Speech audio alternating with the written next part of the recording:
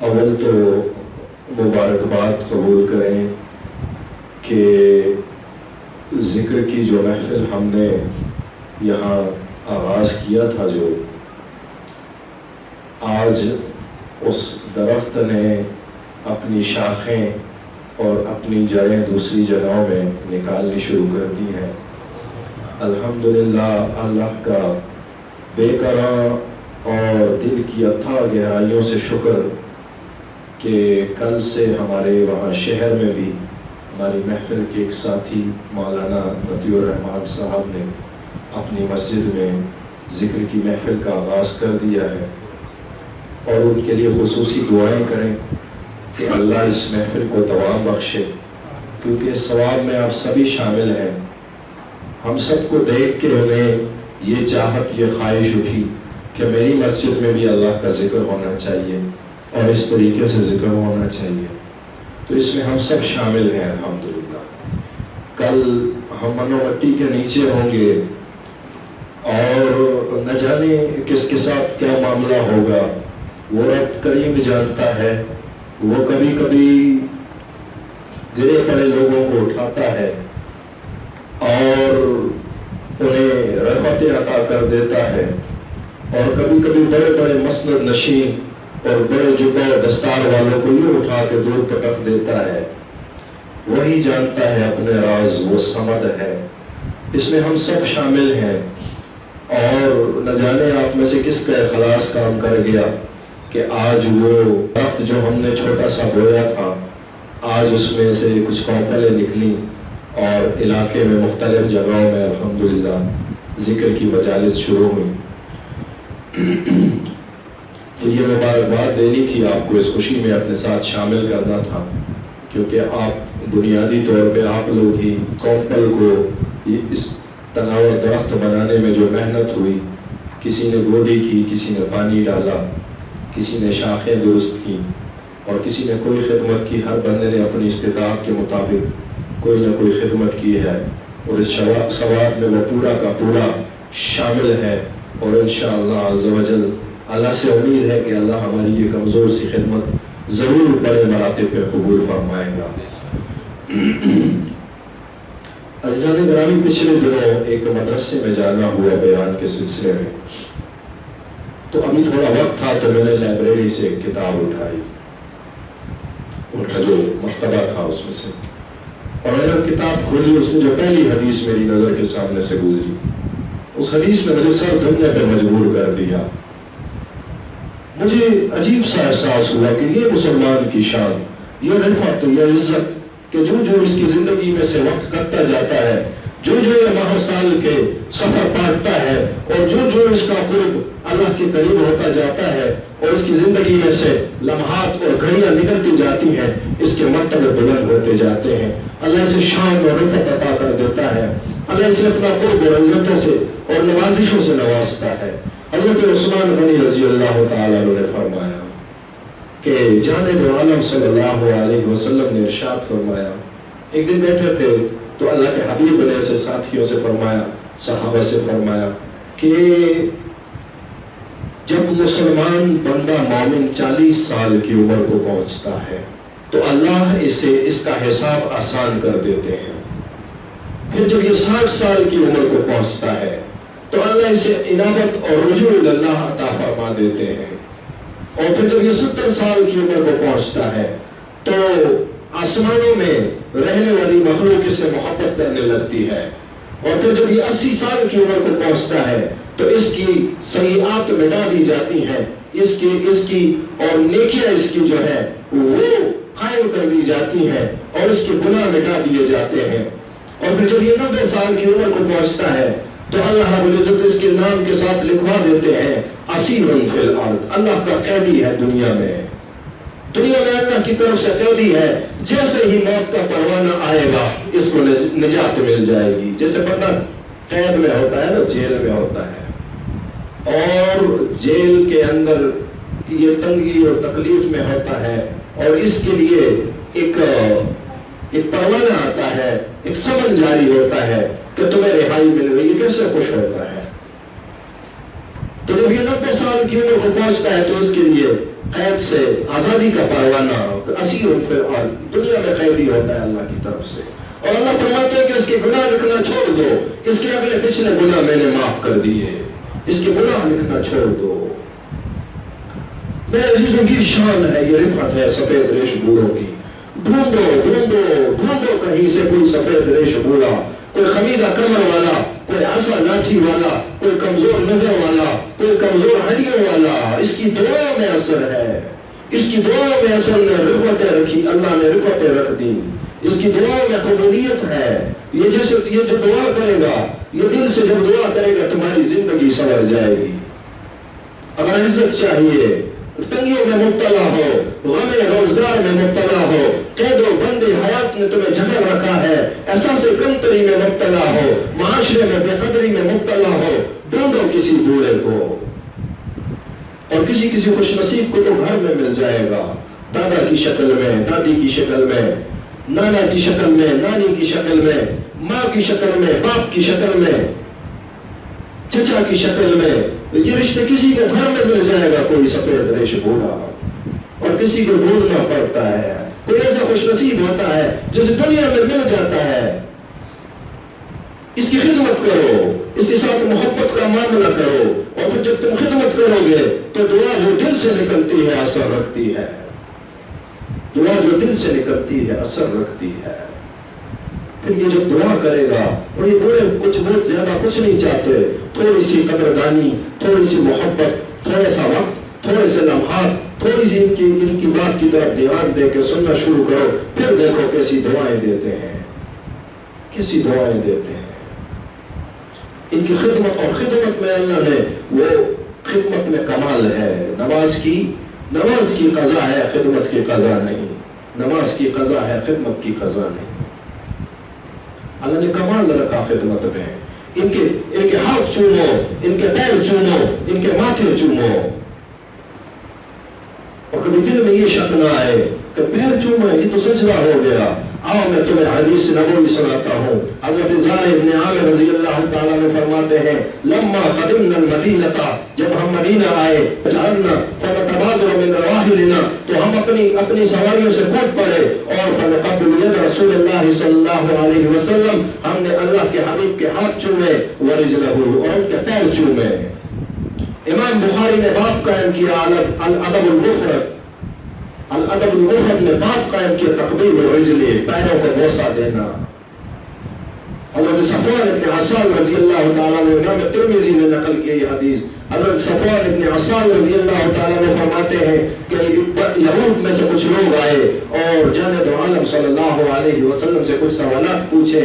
آپ نے ان کے جوابات دیے, پھر انہوں نے اللہ کے حبیب کے ہاتھ چومے اور پیر چومے. فقبلوا یدیہ ورجلیہ صلی اللہ علیہ وسلم, اللہ کے حبیب کے ہاتھ چومے, پیر چومے, اور پھر جہر سے اور ظاہر ہو کر گواہی دی کہ ہم گواہی دیتے ہیں آپ اللہ کے سچے رسول ہیں, اللہ کے سچے رسول ہیں.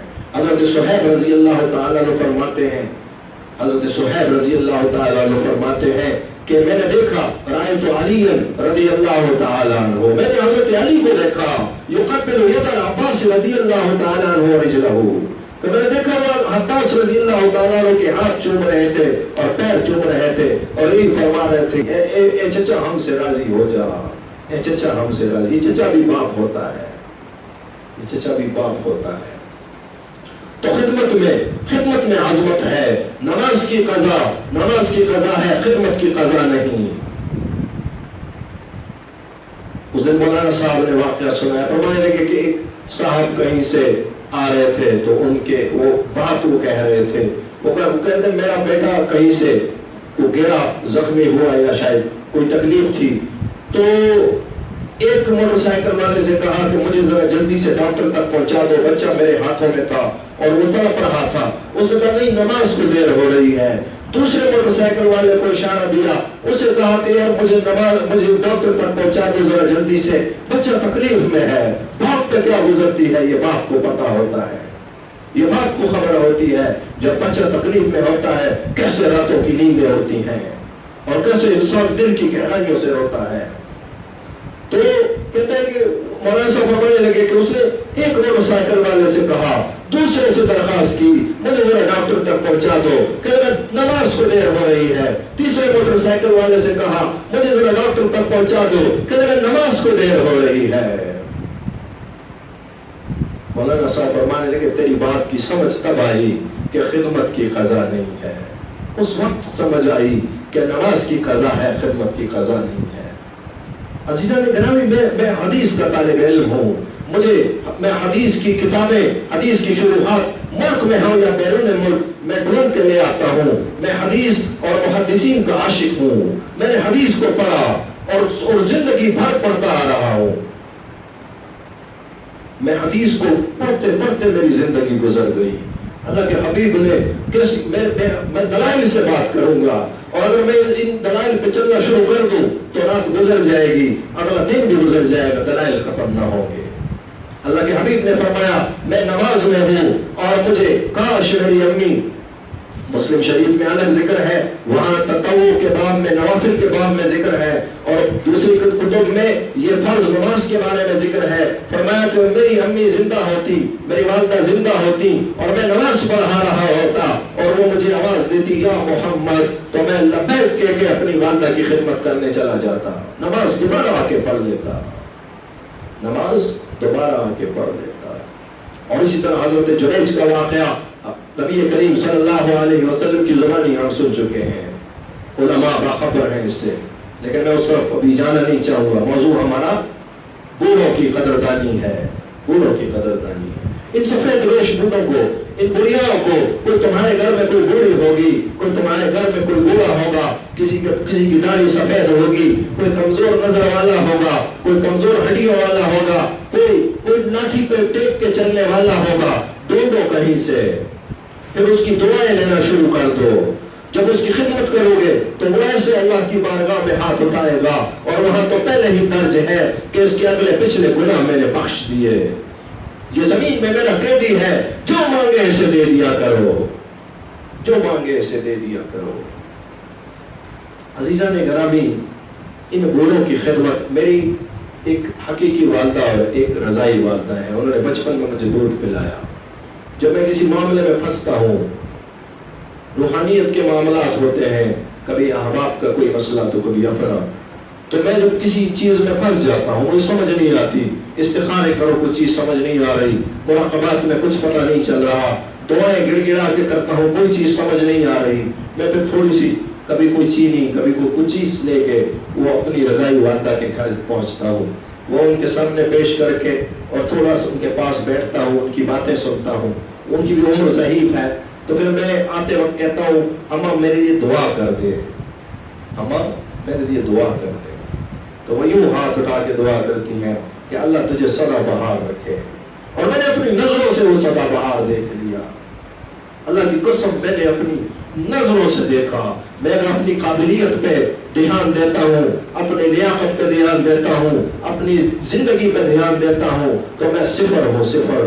لیکن یہ دعائیں، وہ سفید ریش بوڑھے، وہ سفید سر والی بڑھیا، وہ سفید داڑھی والا بوڑھا، ایک بزرگ ہے یہاں پر، سفید ریش بال، سفید ریش داڑھی اور عمر کا آخری حصہ، تو میں کبھی کبھی ان کے پاس جاتا ہوں، ان کے ہاتھ چومتا ہوں، کوئی ان کی خدمت ہو تو وہ کر دیتا ہوں۔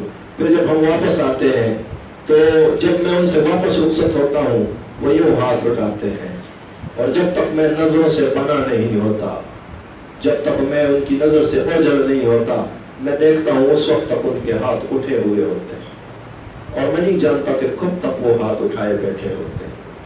لیکن میں اپنی، جب میں اوجھل ہونے لگتا ہوں اور پیچھے مڑ کے دیکھتا ہوں تو ان کے ہاتھ اٹھے ہوئے وہ اللہ سے مناجات اور راز و نیاز میں مصروف ہوتے ہیں۔ تو اگر کوئی خوش قسمت ایسا ہے کہ اس کے گھر کے اندر یہ کمزور مخلوق موجود ہے، میں نے کئی ایسے دیکھے۔ ایک جگہ ہم گئے وہاں پر کچھ بیان کے سلسلے میں، تو واپسی پہ ایک صاحب نے ہمیں روک دیا کہ نہیں آپ ہمارے پاس کھانا کھا کے جائیں گے۔ ایک صاحب آئے، ان کے دوست میرے پاس بیٹھے، مجھے کہنے لگے کہ مولانا صاحب میری اولاد نہیں ہے، میری اولاد نہیں ہے۔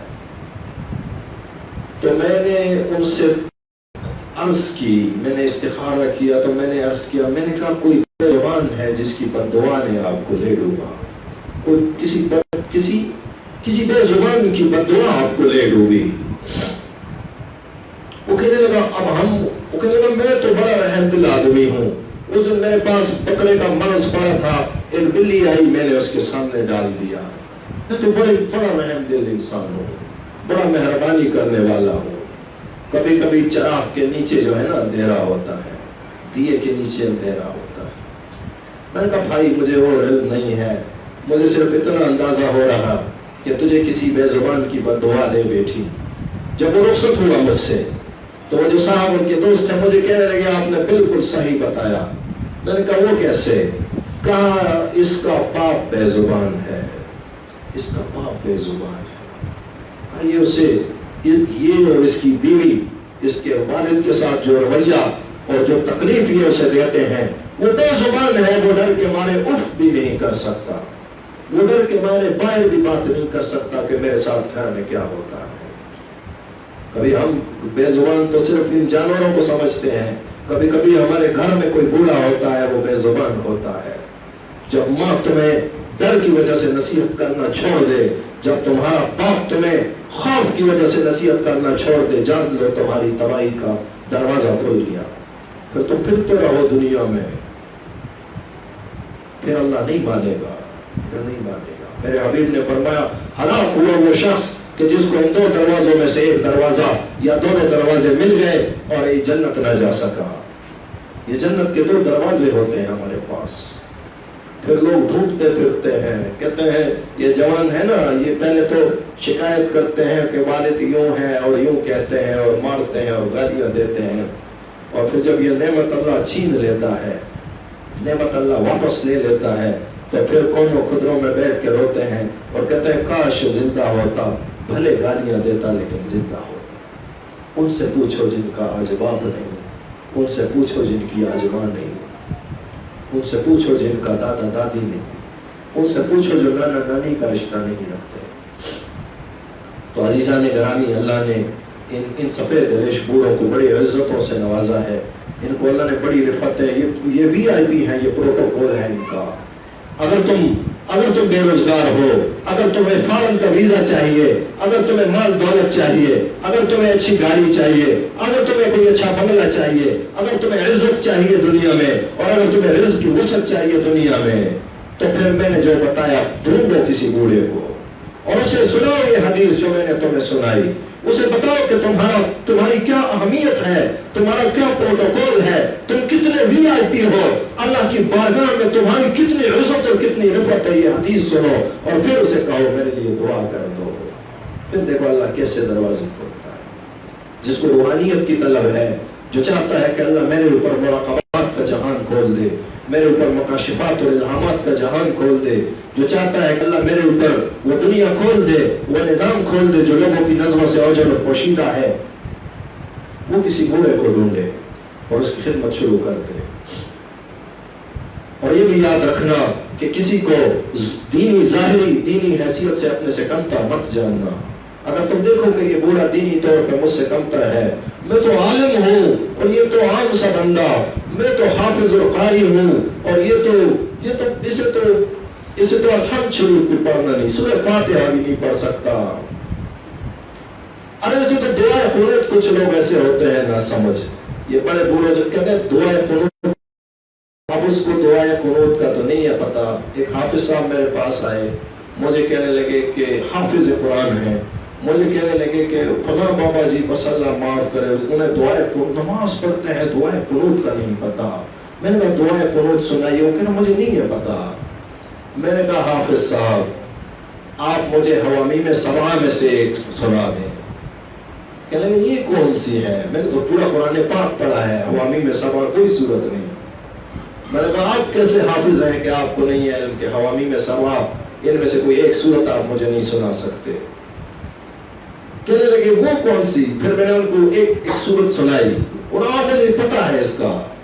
میں نے کہا اگر اسی طرح آپ اس بزرگ سے کہتے, اسی طرح اگر آپ اس بزرگ سے کہتے, آپ نے کہا سورہ اخلاص, آپ اسے کہتے پھر هو اللہ احد سنا دو, وہ پوری سنا دیتا. آپ اسے کہتے اللہم انا نستعینک, پوری سنا دیتا تمہیں. تو کچھ سمجھ سے کام لو. ظاہری دینی حیثیت سے اگر کوئی بندہ کمتر نظر آ رہا تو پھر میرے حبیب کا یہ بیان، یہ پیغام، یہ حدیث سن لینا. میرے حبیب نے فرمایا خبردار کسی مسلمان کو کمتر مت جاننا، کسی مسلمان کو حقیر مت جاننا. التقوی ہا ہونا، التقوی ہا ہونا، التقوی ہا ہونا. اللہ کے حبیب نے 3 مرتبہ فرمایا کسی مسلمان کو حقیر نہ جاننا. تقوی ادھر ہے، تقوی ادھر ہے، تقوی ادھر ہے، تقوی ادھر ہے. یہ تو وہ رب جانتا ہے کہ یہ دستار والا، یہ جبہ و دستار، میرے رب کو پتا کہ رات کی تنہائیوں اور اندھیروں میں میرا اور میرے رب کا کیا معاملہ ہے. میری مجلس سے تو آپ کو پتا، لیکن میری تنہائیوں کا معاملہ میرے رب کو علم ہے، میرے رب کو علم ہے. تو کبھی کبھی گھبرا اٹھتا ہوں، میں رات کو میں کہتا ہوں اللہ اللہم استر عوراتنا وآمن رواتنا. میں کہتا ہوں اللہ یہ دنیا میں تو پردہ ڈال دیا، حشر کے میدان میں بھی مہربانی کر کے پردہ ڈال دینا، کیونکہ میری تنہائیوں کے راز تو میرا رب جانتا ہے. دستار کے ہر تار کی تحقیق ہے لازم، ہر صاحب دستار معزز نہیں ہوتا. تو کسی مسلمان کو حقیر مت جانو. اگر کوئی برا، کوئی تمہیں اپنے سے دینی اعتبار سے کمتر نظر آ رہا تو میرے حبیب کی یہ حدیث سن لینا، یہ حدیث یاد کر لینا. میرے حبیب نے فرمایا مسلمان کو حقیر مت جاننا. اور پھر یہ حدیث اس بوڑھے کے سامنے پیش کر دو، اسے بتا دو تم اتنے پروٹوکول والے ہو، تم اتنے VIP ہو، تمہاری اتنی عزت اور اتنی رفعت ہے اور تم اتنے اہم انسان ہو، بابا میرے لیے دعا کر دو. پھر دیکھو کیسی دعا کرتا ہے اور کیسے تمہارے نصیب کے دروازے کھلتے ہیں، کیسے تمہارے اوپر رزق کے دروازے کھلتے ہیں، کیسے اللہ تمہیں عزتوں سے نوازتا ہے. تو اگر عزت چاہیے تو کوئی بوڑھا، کوئی سفید ریش، سفید بالوں والا ڈھونڈ لو، اس کی خدمت کرنا شروع کر دو. اگر گھر میں ہے تو خوش قسمتی اور خوش نصیبی، اور اگر نہیں ہے تو محلے پڑوس میں ضرور ہوتا ہے، گاؤں میں ضرور کوئی ایسا ہوتا ہے. اس کی خدمت کرو، پھر دیکھو اللہ، اور اخلاص سے کرو، خود کو کمتر اور عاجز سمجھ کے کرو. کبھی اپنی عبادتوں پہ غرور نہ کرنا، کبھی اپنا علم پہ غرور نہ کرنا، کبھی اپنے تقویٰ پہ غرور نہ کرنا. وہ بے نیاز ذات ہے، وہ بے نیاز ذات ہے. بس اس کے ساتھ وہ کبھی کبھی یوں ذلتوں میں پڑا ہوا انسان ہوتا ہے. وہ اللہ یجتبی الیہ من یشاء، وہ ذلتوں کی بستیوں میں پڑا ہوتا ہے، یوں اٹھا کے اسے عزتوں کی رفعتوں میں بٹھا دیتا ہے، اور کبھی کبھی بڑے بڑے لوگوں کو یوں دور پھینک دیتا ہے. پھر کہتے ہیں قبض کی حالت ہے، مجھے نماز میں مزہ نہیں آتا، ذکر میں لذت نہیں ملتی. وہ کیا ہوا کہ پہلے وہ دن وہ بیٹھے رہے تصور جانا کیے ہوئے، اور پھر وہی فرصت کے رات دن بیٹھے رہے تصور جانا کیے ہوئے. پھر کہتے ہیں مجھے ذکر میں لذت نہیں ملتی، نماز میں توجہ دھیان نہ رہا. یہ قبض کی حالت ہو جاتی ہے. وہ جب چاہتا ہے دل سے اپنی محبت چھین لیتا ہے، اور جب چاہتا ہے دل میں اپنی محبت ڈال دیتا ہے. لیکن اس کے لیے وسائل اور ذرائع اس نے رکھے ہیں. شیخ کامل وہ تربیت کرتا ہے، وہ پھر رستہ بتاتا ہے. اس راستے کسی کو بتا دیتا ہے تو کسی بوڑھے کی خدمت کر، کسی کو کہتا ہے جا اپنے پرائیوں سے معافی مانگ لے. کسی کے ساتھ کیا تعلیم کا سلسلہ تربیت کا، کسی کے ساتھ کیا تربیت کا سلسلہ. پھر سالکین اپنے اپنے مقامات پہ پہنچتے ہیں، اور جب اپنے مقام پہ پہنچتے ہیں پھر شیخ کو اس سے کیا غرض، وہ کہتا ہے جا اب دیا تیرا روشن ہے، جا کے اپنے علاقے میں دیے روشن کرنا شروع کر دے. جو روشنی تجھے ملی ہے یہ روشنی پھیلانا شروع کر دے. بس شیخ کی تو یہی خواہش ہوتی ہے نا. اللہ مجھے اور آپ کو عمل کی توفیق عطا فرمائے. وآخر دعوانا الحمدللہ رب العالمین. اللہم صلی علی سیدنا و مولانا محمد وعلی آل سیدنا و مولانا محمد مادر الجود والکرم ومنبع الوحی والحکم بارک وسلم. اے کریم رب، اے وہ ذات جس کی بارگاہ میں پوری کائنات دست سوال دراز کرتی ہے، اے وہ جس کے خزانے معمور ہیں، اے وہ جس کا فرمان ہے یا ابن آدم لا تخشى من ضیق الرزق خزائنی ملعان، وہ جس کا فرمان ہے یا ابن آدم لا تخشى من ذی سلطان ما دام سلطانی باقیہ. میرے رب تیری سلطنت ہمیشہ ہمیشہ ہے اور تیرے خزانے بھرپور اور معمور ہیں. اللہ ہم اپنے گناہوں کی وجہ سے، اپنی خطاؤں کی وجہ سے اپنے آپ کو پریشان کر بیٹھے. اللہ ہمارے گھروں میں جو دکھ ہیں، اللہ ہمارے دلوں میں جو بے چینیاں اور بے سکونیاں ہیں، اللہ ہمارے جسموں میں جو بیماریاں اور جو تکلیفیں ہیں، اللہ یہ اور کچھ نہیں، ہمارے اپنے گناہوں کا نتیجہ ہے۔ اللہ ہم آج نادم اور شرمندہ ہو کر آپ کی بارگاہ میں معافی مانگنے آئے ہیں۔ اللہ ہمیں معاف فرما دیجیے، اللہ ہمیں معاف فرما دیجیے۔ اللہ ہمارا آپ کے سوا اور کوئی نہیں مولا، ہمارا آپ کے سوا اور کوئی نہیں۔ اللہ ہمیں اپنے در سے دور نہ کر، اللہ ہمیں اپنے در سے دور نہ کر۔ اللہ اگر آپ نے بھی ہمیں اپنے در سے دور کر دیا تو مولا کون ہے جو ہمیں سہارا دے گا؟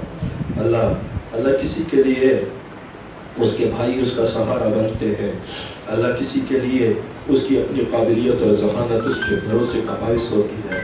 اللہ کوئی دولت اور جائیداد والا، اللہ کوئی قابلیت اور تعلیم والا، اللہ ہمارا تو اس بڑی دنیا میں تیرے سوا کوئی سہارا نہیں مولا، ہمارا تو بڑی دنیا میں کوئی سہارا نہیں۔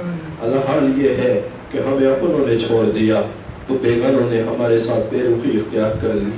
اللہ او میرے مالک، میرے مولا جب انسان تکلیف میں ہوتا ہے تو اپنے بھائیوں کے سامنے اپنی پریشانی بیان کرتا ہے، یہاں تو ہمیں اپنے بھائیوں نے چھوڑ دیا۔ اللہ جب انسان پریشان ہوتا ہے تو اپنے دوستوں کے ساتھ اپنی پریشانی شیئر کرتا ہے، لیکن میرے مولا ہمارے دوستوں نے ہماری پریشانیاں سننا چھوڑ دی۔ اللہ ہمارے جیون کے ساتھیوں نے ہم سے منہ موڑ لیا۔ اللہ اگر آپ نے بھی منہ موڑ لیا تو اللہ ہماری ہلاکت میں کیا کمی رہ جائے گی؟ او میرے مالک، ہمیں اکیلا نہ چھوڑ، میرے مالک ہمیں اکیلا نہ چھوڑ۔ میرے مولا ہم اپنے گناہوں پہ نادم اور شرمندہ ہو کے آئے ہیں۔ اللہ ہم نے آپ کو ناراض کیا، اللہ ان ناراضگیوں کے سبب سے آج ہم بے عزتی میں پھنس گئے۔ اللہ ہم ناقدری کا شکار ہو گئے۔ اللہ ان ناراضگیوں کے باعث جو ہم نے تیرے ساتھ روا رکھی، اللہ ان کے باعث ہمارے رزق میں تنگیاں آ گئی۔ اللہ ہم بے سکونی کا شکار ہو گئے۔ اللہ آج ہم معافی مانگنے آئے ہیں۔ اللہ ان خطاؤں کو، اللہ جو ہمیں یاد ہیں ان خطاؤں پہ بھی ہمیں معاف فرما دے۔ اللہ جو ہم بھول چکے ان پہ بھی ہمیں معاف فرما دے۔ اللہ جو خطا ہم نے قصداً کی، اللہ ان پہ بھی ہمیں معاف فرما دے۔ اللہ جو خطا ہم سے غلطی سے سرزد ہو گئی، اللہ اس پہ بھی ہمیں معاف فرما دے۔ اللہ جو گناہ ہم رات کے اندھیرے میں مخلوق سے چھپ کے کرتے رہے اور حال یہ تھا میرے مالک کہ تیری نگاہوں سے کون چھپ سکتا، اللہ تیری نگاہوں سے کون چھپ سکتا ہے؟ اللہ ہمارے اندھیروں کے گناہ معاف فرما، اللہ ہمارے اجالوں کے گناہ معاف فرما۔ اللہ جو گناہ ہم نے تنہائی میں کیے وہ معاف کر دے۔ اللہ جو گناہ ہم نے ساتھیوں کے ساتھ مل کے کیے اللہ وہ معاف کر دے۔ اے میرے کریم رب، اے میرے کریم رب، میرے مولا تو دل سے نادم ہے مولا، تو جانتا ہے ہم دل سے نادم ہیں۔ اللہ ہم اپنی خطاؤں پہ شرمندہ ہیں، اللہ ہمیں معاف فرما دے، اللہ ہمیں معاف فرما دے، اللہ ہمیں معاف فرما دے۔ اللہ جنہیں ہم نے تکلیف دی، اللہ جنہیں ہم نے درد دیا، اللہ جن کو ہم نے غم دیا، اللہ ہم معافی مانگتے ہیں مولا۔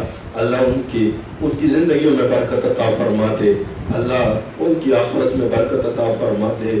اللہ ہم جیسا ناکارہ کون ہو سکتا ہے مولا، ہم جیسا ناکارہ کون ہو سکتا ہے؟ مولا یہ تیری رحمتیں ہیں، تیری کرم نوازیاں ہیں کہ اپنے ذکر کے لیے بٹھا دیا مولا، تیری کرم نوازیاں ہیں کہ اپنے ذکر کے لیے بٹھا دیا، ورنہ کون ہے جو تیری چاہت کے بغیر تیری عبادت کر سکے؟ یہ تیری چاہت ہوتی ہے تو بندہ تیرے سامنے سجدہ ریز ہوتا ہے۔ اللہ تیری چاہت ہوتی ہے تو بندہ تیرے سامنے رکوع میں جھکتا ہے۔ اللہ تیری چاہت ہوتی ہے تو بندہ تیرا ذکر کرنا شروع کر دیتا ہے۔ میرے مالک یہ بڑی مہربانی ہے ہمارے ساتھ آپ کی، آپ نے ہمیں اپنے ذکر کی توفیق عطا فرمائی۔ اللہ تم دنیا کے کونے کونے میں جہاں بھی مسلمان آباد ہیں مولا ان کے حال پہ رحم فرما۔ اللہ جہاں مسلمان تکلیفوں کا شکار ہیں، اللہ آج کے اس دور میں، اس دور کے فرعونوں نے تیرے حبیب کی امت کے گلوں پہ چھریاں پھیرنے کے لیے تیز کر دی مولا۔ بنی اسرائیل کے چند بچے قتل کیے تھے فرعون نے، میرے مالک آپ نے اسے پوری قوم سمیت دریا برد کیا۔ میرے مالک آپ آج بھی اسی طاقت کے ساتھ موجود ہیں مولا۔ میرے رب دیکھ تیرے حبیب کی امت کے سینکڑوں بچے آج کے فرعونوں نے نیزوں پہ اچھال دیے۔ اللہ ہم تو اپنے گھروں میں آرام سے بیٹھے تھے، اللہ انہوں نے ہماری چھتیں چھین دی، اللہ او میرے مالک میری قوم کے بوڑھوں کی پگڑیاں اچھال دی، اللہ میرے چھوٹے چھوٹے معصوم بچے اور بچیاں یتیم کر دیے گئے، وہ میرے مالک میرے جوانوں کے جسموں کے چھیتڑے اڑ گئے، اللہ میری قوم کی قوائی بچیوں کے دوپٹے چھین لیے گئے، وہ میرے مالک تو آج بھی اسی طاقت کے ساتھ موجود ہے، اللہ ان فرعونوں سے ہمیں نجات عطا فرما، اللہ اگر ان کی قسمت میں ہدایت ہے تو ہدایت عطا فرما دے، اور اگر قسمت میں ہدایت نہیں تو میرے مولا میری قوم کو نجات عطا فرما دے، اللہ میں کہاں گلہ کروں، میں کہاں فریاد کروں، اللہ میری قوم کو تو میرے حکمرانوں نے بھی بیچ دیا، اللہ کوئی مسیحا بھیج دے، اللہ کوئی مسیحا بھیج دے جو اس بکھری ہوئی قوم کو پھر سے امت بنا دے، جو اس ٹولیوں میں بٹی ہوئی قوم کو پھر سے امت بنا دے، میرے مالک ان کے زخموں کا مداوا کر دے، اللہ جو دوست احباب دور دور سے چل کے آئے، کوئی قریب کا کوئی دور کا، اللہ یہ خالص تیرے ذکر کے لیے آئے، میرے مالک تو جانتا ہے کہ انہیں مجھ سے کوئی غرض نہیں، انہیں کوئی لینا دینا نہیں، اللہ ان کی کوئی ایسی حاجت اور ضرورت میرے ساتھ نہیں اٹکی ہوئی کہ اسے پورا کرنے آئے تھے، اور مولا یہ تو صرف اور صرف تیری رضا حاصل کرنے، تیرے ذکر کی محفل میں بیٹھنے آئے تھے، میرے مالک میرے مولا ان کی ضرورتیں پوری فرما دے، اللہ ان کی حاجتیں پوری فرما دے، اللہ ان کی جائز خواہشیں چاہتیں مرادیں پوری فرما دے، اللہ جن کی اولاد نہیں انہیں اولاد نرینہ عطا فرما دے، اللہ جن کی اولاد ہے انہیں نیکی اور صالحیت عطا فرما دے، اللہ ماں باپ کا دکھ، اللہ ماں باپ کا دکھ، اللہ جب جوان بیٹا سینہ تان کے بوڑھے باپ کے سامنے کھڑا ہوتا ہے،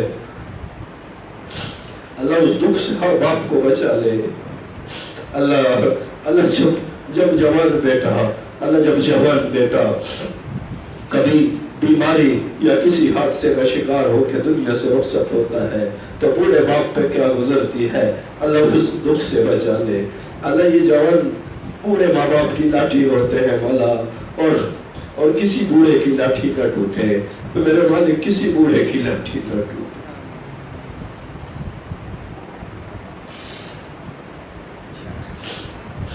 اللہ میں جانتا ہوں کہ وہ کیسا دکھ ہوتا ہے، اللہ میں جانتا ہوں، اللہ میں آج تک اس بوڑھے کو نہیں بھول سکا جس کا جوان بیٹا موٹر سائیکل کے ایکسیڈنٹ میں بے ہوش پڑا تھا، اور باپ پیروں کے بل دیوار کے سہارے بیٹھا سر پکڑے رو رہا تھا،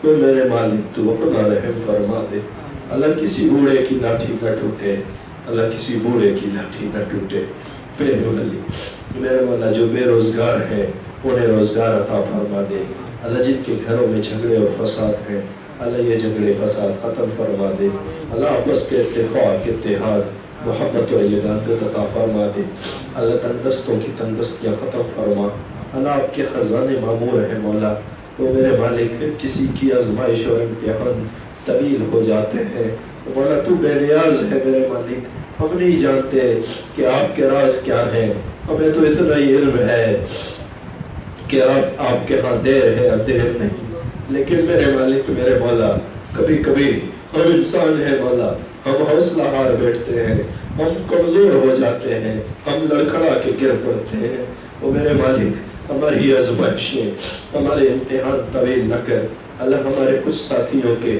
امتحان طویل ہو گئے مولا، ان کی آزمائشیں ختم فرما دے، اللہ وہ صحابہ تھے، اللہ وہ تیرے حبیب کے ساتھی تھے، اللہ ان کا استاذ تیرا حبیب تھا، اللہ انہوں نے تو معزے کھلی آنکھوں سے دیکھے، انہوں نے تو چاند کو 2 ٹکڑے ہوتے ہوئے خود اپنی آنکھوں سے دیکھا، مولا آج کے دور کا مسلمان تو اس کا ایمان تو بالغیب ہے مولا، اس کو تو کسی نے بتایا کہ 1400 سال پہلے ایک اللہ کا نبی آیا تھا، اس نے فرمایا تھا قولوا لا الہ الا اللہ، میرے مالک ہم نے کون سا معجزہ دیکھا، میرے مالک ہمارے ساتھیوں پہ رحم فرما اللہ، ان کے امتحان اور ان کی آزمائشیں ویسی طویل نہ کر میرے مالک۔ میرے مولا میں جانتا ہوں کہ جس کے مراتب بلند ہوتے ہیں اسے امتحان بھی سخت دینے پڑتے ہیں، اسے آگ کا دریا ہے اور ڈوب کے جانا ہے، اسے بڑی آزمائشیں سہنی پڑتی ہیں، لیکن میرے مالک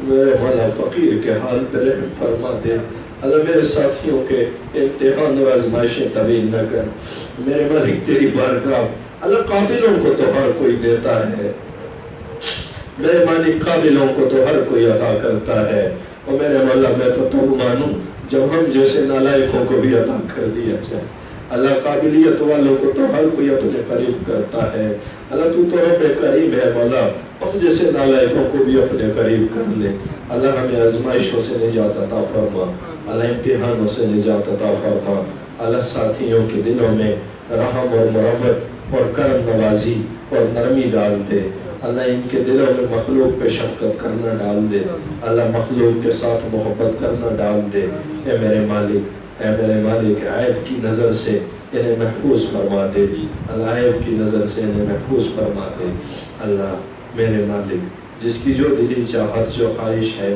اور مولا، کوئی راز ایسے ہوتے ہیں جو بندہ اور رب ہی جانتا ہے، کوئی راز ایسے ہوتے ہیں جو انسان کسی دوسرے انسان کے سامنے بیان بھی نہیں کر سکتا، بس دل ہی دل میں تیرے سامنے زاری اور فریاد کرتا ہے، اور میرے مالک دلوں کے راز جاننے والا بھی تو ہی ہے، تو علیم بذات الصدور ہے میرے مالک، ان کے دلوں کی سرگوشیاں سن لے، ان کے دلوں کی سرگوشیاں سن لے اللہ، ان کے دلوں کی سرگوشیاں سن لے، جو ان کی چاہتیں جو ان کی خواہشیں ہیں میرے مالک، ان کے دلوں کی آواز سن لے مولا، ان کے دلوں کی آواز سن لے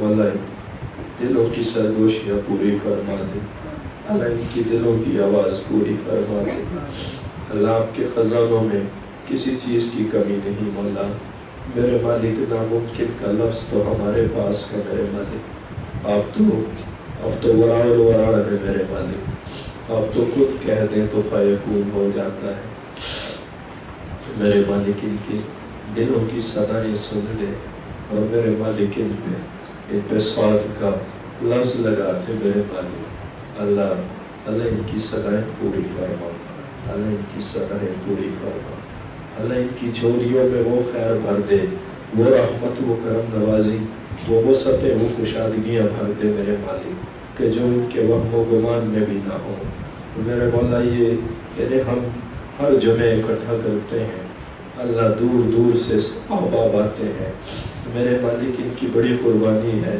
اللہ، ان کی اس قربانی کی خاطر، ان کی اس محبت کی خاطر اللہ، اس بوڑھے پہ بھی رحم فرما دے اللہ، اب بالوں میں سفیدی آ گئی مولا، اب ہڈیوں میں بھی کمزوری آتی جا رہی ہے اللہ، اب آخری لمحات ہے میرے مالک اللہ، اور کچھ نہیں چاہیے سوائے لا الہ الا اللہ کے میرے مالک، جب دنیا سے رخصتی کا وقت ہو، جب اپنے پرائے چارپائی کے گرد کھڑے ہوں، اور جب ڈاکٹر لا علاج قرار دے چکے ہوں، اور جب دم کرنے والوں کا دم کام کرنا چھوڑ چکا ہو، اور جب معافی اور بخشنے بخشوانے کی آوازیں اٹھنے لگے، جب ہماری زبان خشک اور سوکھنے لگے، تو میرے مالک ہماری زبانوں پہ جاری فرمانا لا الہ الا اللہ محمد رسول اللہ صلی اللہ علیہ وسلم۔